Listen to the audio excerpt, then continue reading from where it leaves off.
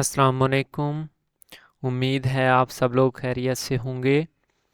आज हम स्टार्ट करने लगे हैं कि हमारे पास फ़िज़िकल क्वांटिटीज़ क्या होती हैं और फ़िज़िकल क्वांटिटीज़ की सब डिवीज़न है आगे बेस क्वांटिटीज़, डिराइव्ड क्वांटिटीज़ और आगे यूनिट्स हैं हमारे पास बेस यूनिट्स और डिराइव्ड यूनिट्स। इस लेक्चर में हम ये चीज़ें देखने वाले हैं। ये 9th फिज़िक्स में का एक टॉपिक है, ठीक है। तो सबसे पहले हमारे पास फिजिकल क्वांटिटीज़ क्या होती हैं। All measurable quantities are called physical quantities. जो भी क्वांटिटीज़ हैं जिनको जो मेजरेबल हैं उनको हम क्या है फिजिकल क्वांटिटीज़ कहते हैं। अब मेजरेबल में अगर लफ्ज़ पैमाइश का है तो हम सिर्फ कहते हैं कि कोई चीज़ की लंबाई होगी, नहीं लंबाई नहीं। ये फिज़िक्स है, इसमें और भी चीज़ें क्या है मेजरेबल क्वांटिटीज़ में आती हैं, वो आगे अभी हम डिस्कस करेंगे। Such as mass, length and time etc। अब हमारे पास क्या है, मैस है, वो उसको भी हम मेजर कर सकते हैं, लेंथ है, टाइम है। It possesses two characteristics. ये हमारे पास दो खसूसियात शो करती है। कोई भी फिज़िकल क्वांटिटी होती है वो हमारे पास दो चीज़ें शो करती है। One is it's numerical magnitude and other is its unit. अब हमारे पास कोई भी फिज़िकल क्वांटिटी होगी उसकी दो करेक्टरिस्टिक्स होंगी, एक उसकी फ़िज़िकल मैग्नीट्यूड और दूसरा उसका यूनिट। फॉर एग्जांपल हमारे पास एक क्लास में स्टूडेंट है जो 104 सेंटीमीटर लॉन्ग है, ठीक है। ये ऐसे ही एग्जांपल है, ठीक है। अब 104 इसमें क्या है, हमारे पास न्यूमेरिकल मैग्नीट्यूड है उसका, ठीक है, ये एक करेक्टरिस्टिक होगी। साथ में उसका यूनिट है, उसको बताया जा रहा है कि ये किस यूनिट में है।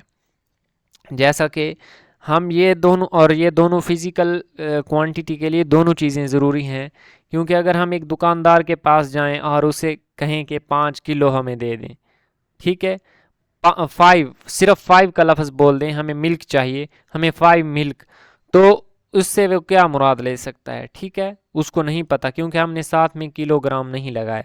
अगर हम उसको कह दें सिर्फ किलोग्राम दे दें, ठीक है, तो अब किलोग्राम के साथ हमें बताना पड़ेगा कि कितने किलोग्राम, ठीक है।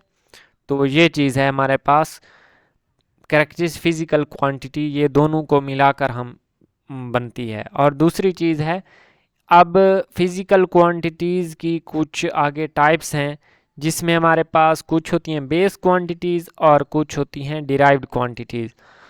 अब जो बेस क्वांटिटीज़ होती हैं वो कौन सी क्वांटिटीज़ होती हैं। Base quantities are the quantities on the basis of which other quantities are expressed. Base quantities वो क्वांटिटीज़ होती हैं जिनकी बुनियाद पे हम दूसरी मिकदारों को एक्सप्रेस कर सकते हैं।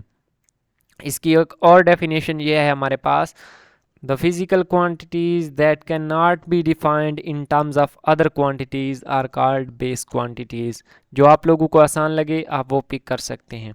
मीन्स के वो क्वांटिटी, वो फिजिकल मिकदारें जिनको हम डिफाइन नहीं कर सकते दूसरी फिजिकल मिकदारों की बुनियाद पर, वो हमारे पास क्या है, बेस क्वांटिटीज़ कहलाती हैं। अब बेस क्वांटिटीज़ 7 हैं, ठीक है। अब जिसमें है length, mass, time, electric current, temperature, intensity of light and amount of substance. अब ये हमारे पास बेस क्वांटिटीज़ हैं। जब हम डिराइव्ड पढ़ेंगे तो उसके साथ आपको मज़ीद बेस क्वांटिटीज़ का कंसेप्ट भी क्लियर हो जाएगा। अब हमारे पास डिराइव्ड क्वांटिटीज़ कौन सी होती हैं, the quantities that are described in terms of base quantities are called derived quantities. ऐसी क्वांटिटीज़, ऐसी मिकदारें जिनको हम बेस क्वांटिटीज़ की बुनियाद पे उनकी उनकी डिफ़ाइन करते हैं, उनकी तारीफ़ करते हैं, ठीक है, वो हमारे पास डिराइव्ड क्वांटिटीज़ कहलाती हैं। फॉर एग्ज़ाम्पल हमारे पास एरिया है, एरिया हमारे पास क्या होता है, लेंथ ज़रब विड्थ। अब ये किन दो चीज़ों को मिलाकर बना है, दो चीज़ों की मल्टीप्लिकेशन की है हमने, लेंथ इनटू लेंथ, ठीक है। विड्थ भी तो एक लेंथ है ना, ठीक है, जिसका यूनिट आगे हम यूनिट्स में देखेंगे। अब एरिया हमारे पास दो बेस क्वांटिटीज़ को मल्टीप्लाई करके एक डिराइव्ड क्वांटिटी बनी है। वॉल्यूम इसी तरह, 3 वॉल्यूम होता है, लेंथ को 3 बार मल्टीप्लाई करने से हमारे पास वॉल्यूम आता है जिसका यूनिट मीटर क्यूब होता है। अब ये भी क्या है, बेस क्वांटिटीज़ को हमने मल्टीप्लाई करके एक डिराइव्ड क्वांटिटी हासिल की है। अब स्पीड है, फोर्स है, वर्क है, इसी तरह ये सारी जो क्वांटिटीज़ हैं ये हमारे पास डिराइव्ड क्वांटिटीज़ हैं जो हम कहाँ से फिर बेस क्वांटिटीज़ को मल्टीप्लाई करके या डिवाइड करके हासिल करते हैं। ठीक है, अब नेक्स्ट चीज़ है इंटरनेशनल सिस्टम ऑफ यूनिट्स। अब अभी हमने पढ़ा है कि एक 104 सेंटीमीटर एक लॉन्ग स्टूडेंट था, 5 किलोग्राम चीनी थी, लेंथ का यूनिट हमने मीटर पढ़ा। तो ये किसने डिफाइन किए, अब हम इनको मीटर क्यों कहते हैं ये हम पढ़ने लगे हैं। अब इंटरनेशनल सिस्टम ऑफ यूनिट्स, ये सबसे पहले हम यूनिट क्या होता है इसको देख लेते हैं। A unit is a standard quantity used to express the measurement of a physical quantity। जो यूनिट होता है वो हमारे पास फिजिकल क्वांटिटी को मेजर करने की एक मिकदार है। ठीक है, उसको हम यूनिट कहते हैं। 1960 में हमारे पास वज़न और मिकदार के लिए क्या है, पेरिस में एक कॉन्फ्रेंस मुनअकिद हुई थी और जिसकी बुनियाद पर उन्होंने ये फ़ैसला किया कि पूरी दुनिया में, ठीक है, क्योंकि इस चीज़ की उस वक़्त ज़रूरत महसूस हुई कि अगर हम कोई वज़न है, ठीक है, हम कोई किलोग्राम में करता है, कोई ग्राम कह लें, कोई अदर ठीक है, अदर यूनिट्स हर कंट्री में थे। तो उन्होंने मिलकर एक कॉन्फ्रेंस की और उसमें ये तय पाया कि पूरे इंटरनेशनल, पूरी वर्ल्ड में क्या है, सेम यूनिट्स मुतारिफ़ करवाए जाएं ताकि जो हमारे पास तिजारत है, जो तिजारत वगैरह है वो अच्छे से हो सके। ठीक है, तो ये उसकी डेफिनेशन मैंने यहाँ पे लिख दी है। अब उसको सिंपली हम क्या है शॉर्टकट में SI यूनिट कहते हैं। अब इसकी बुनियाद पर कौन से यूनिट्स, बेस यूनिट्स और डिराइव्ड यूनिट्स बनाए गए। ठीक है, अब बेस यूनिट्स हमारे पास क्या होते हैं, the units that describe base quantities are called base units. अब बेस क्वांटिटीज़ अभी हमने पढ़ा है कि वो क्या होती हैं। अब हम ये पढ़ रहे हैं कि जो यूनिट्स बेस क्वांटिटीज़ को डिस्क्राइब करते हैं वो बेस यूनिट्स कहलाते हैं।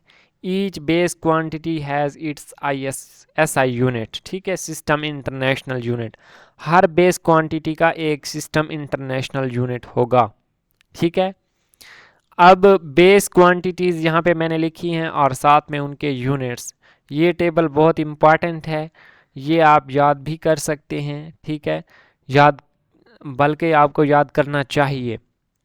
सबसे पहले है लेंथ, मास, टाइम, इलेक्ट्रिक करंट। अब लेंथ है उसको सबसे पहले हम एक सिंबल से डिनोट करते हैं जिसको स्मॉल l से रिप्लेस करते हैं, मैस को m से डिनोट करते हैं। ठीक है, ये उनको एक्सप्रेस करने का सिंबल है।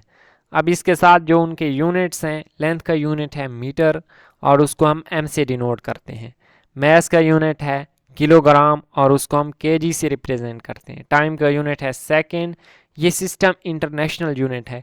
कभी भी आपसे क्वेश्चन पूछा जा सकता है कि टाइम का सिस्टम इंटरनेशनल यूनिट क्या है, तो वो हमने क्या है, सेकंड बताना है। इलेक्ट्रिक करंट का क्या है, उसका एम्पेयर बताना है। तो ये टेबल आप देख सकते हैं। अब नेक्स्ट है हमारे पास डिराइव्ड यूनिट्स। डिराइव्ड यूनिट्स क्या होते हैं, the units use to measure derived quantities are called derived units. जो डिराइव्ड क्वांटिटीज़ को रिप्रेजेंट करते हैं, उनको मेजर करने के लिए यूज़ होते हैं, वो हमारे पास डिराइव्ड यूनिट्स होते हैं। अब डिराइव्ड यूनिट्स कैसे हासिल होते हैं, ये बेस यूनिट्स को मल्टीप्लाई आपस में या डिवाइड करने से हम क्या है, डिराइव्ड यूनिट्स हासिल करते हैं।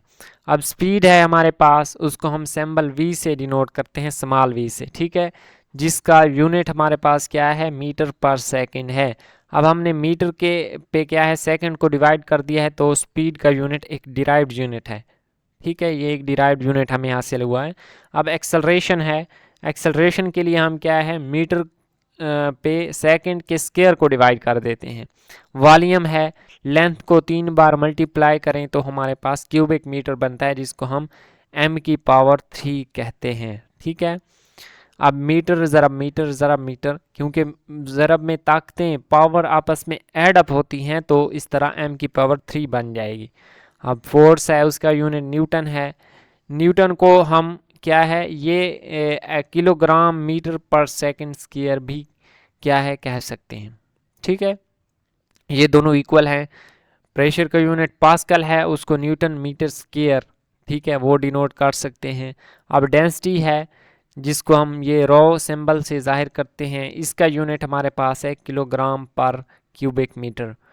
ठीक है, और हमारे पास कूलम है जिसको हम कूलम या एम्पेयर सेकंड, ये दोनों चार्ज के यूनिट है हमारे पास। ये एक हमारे पास क्या है डिराइव्ड क्वांटिटी है और उसका यूनिट है। अगर किसी पॉइंट की समझ नहीं आई तो कमेंट सेक्शन में पूछ सकते हैं। मिलते हैं नेक्स्ट वीडियो में। अल्लाह हाफिज़।